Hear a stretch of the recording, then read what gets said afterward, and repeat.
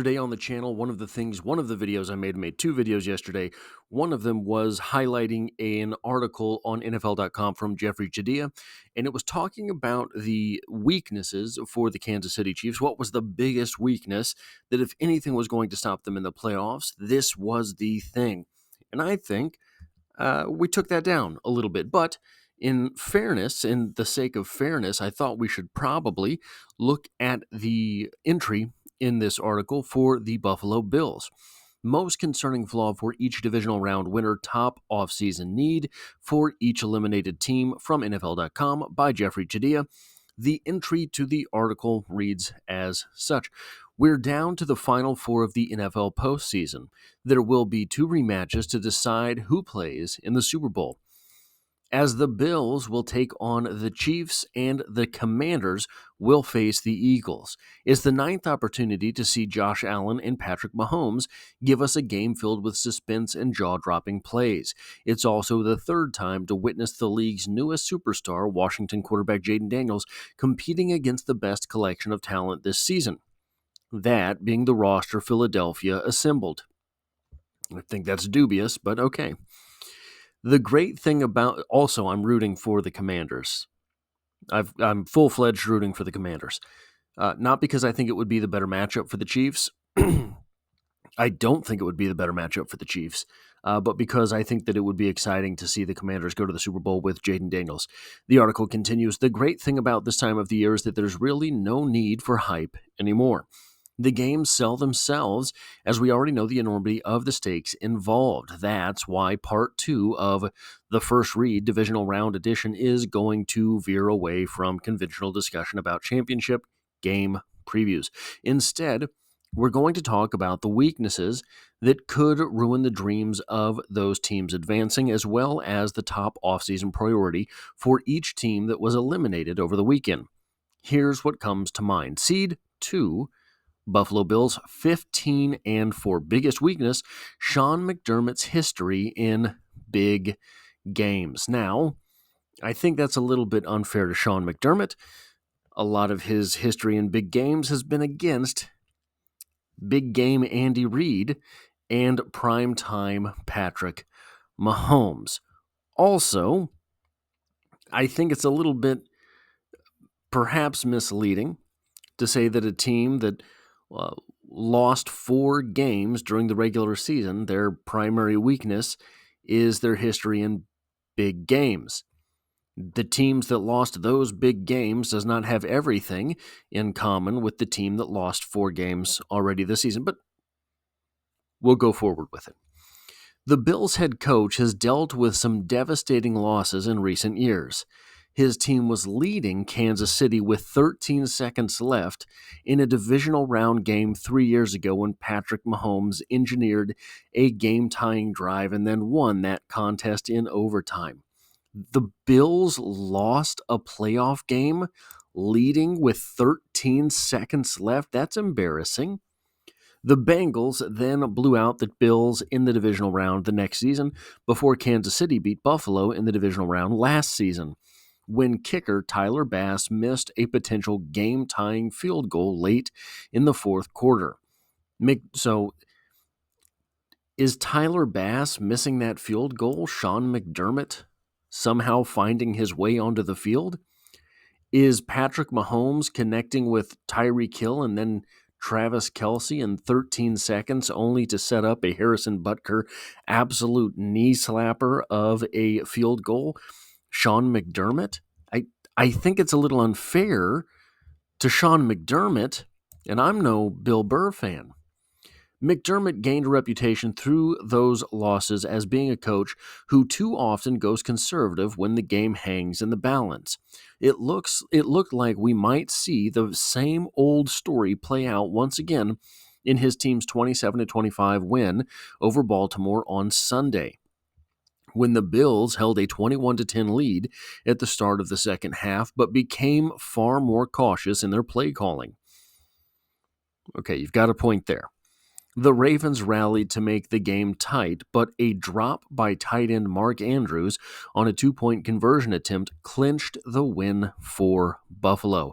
In the end, McDermott's decision to kick a field goal to extend the lead to 8 points instead of going for it on fourth down from Baltimore's 2-yard line did not come back to bite him. But he can't afford to operate too conservatively against Mahomes and company next week. There have been plenty of stories about how much looser McDermott's become this season, as he's revealed more of his personality and even developed a habit of telling dad jokes around the facility. I have to be honest with you, I cannot stand this type of commentary. Oh, well, he told a joke once in the lunchroom, so now everyone likes it. Who cares? Who cares? I cannot stand that type of commentary, no matter what team it's about, no matter who it's about. I can't stand that. That's the guy who needs to show up on the sideline. I'm going to tell you right now, a dad joke is not going to help him against Patrick Mahomes, no matter how many children Patrick Mahomes seems absolutely destined to put on this earth. That's the guy who needs to show up on the sidelines when Buffalo meets Kansas City in the AFC Championship game next weekend.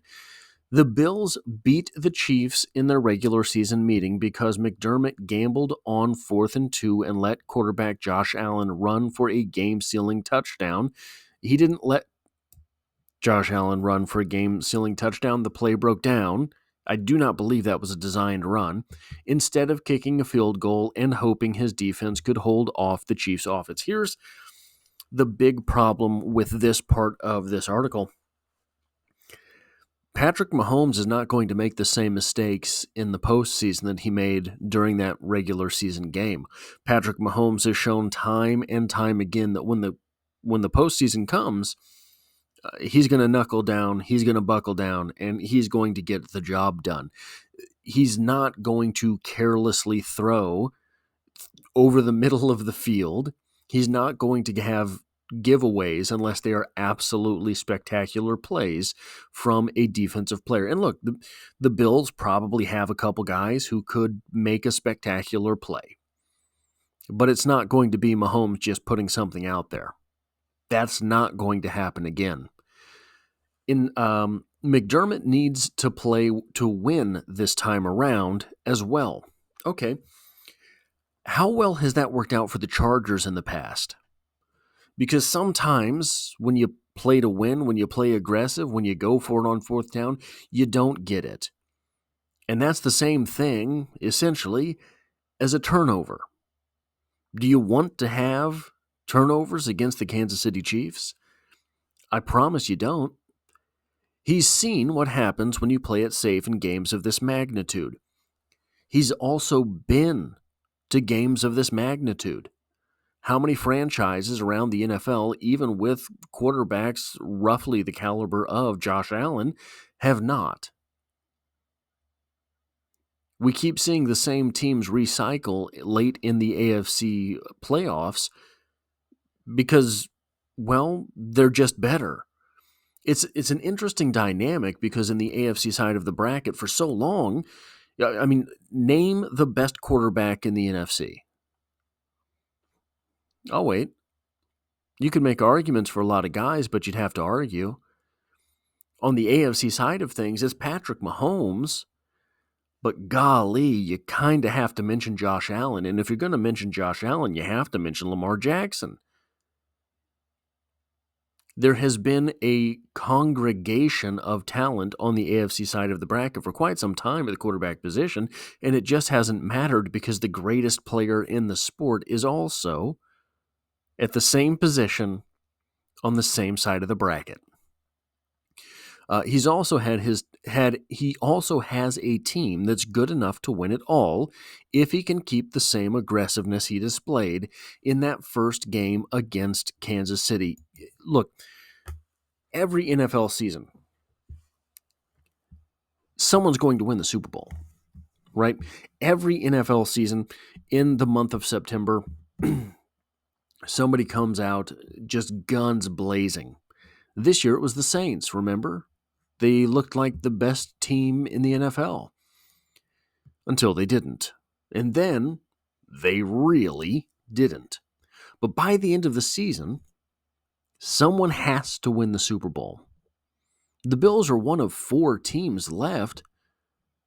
Do they have a 25% chance of winning the Super Bowl? Maybe. What percentage opportunity do you give to the Kansas City Chiefs? And then do you just recognize that it sucks for Josh Allen that he has to play against Patrick Mahomes on the way to the Super Bowl and not in the Super Bowl? Is it possible that the Bills win this game? Of course it is. The Bills won earlier in the season. They're a very good football team. If you were asking me where I would put my money, it would not be on the Bills.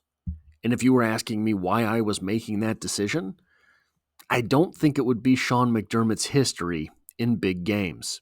That's all I have for this video. If you like or appreciate what it is that I do here, hitting the like button really does help me out, as it tells YouTube to share this video with other Kansas City Chiefs fans. If you find yourself here by chance but not design, the Kansas City Chiefs are the only thing I talk about on this channel, dropping multiple videos every single week. We're coming up on 2 years of consecutive daily uploads, and as always, I hope to have you back for the next one.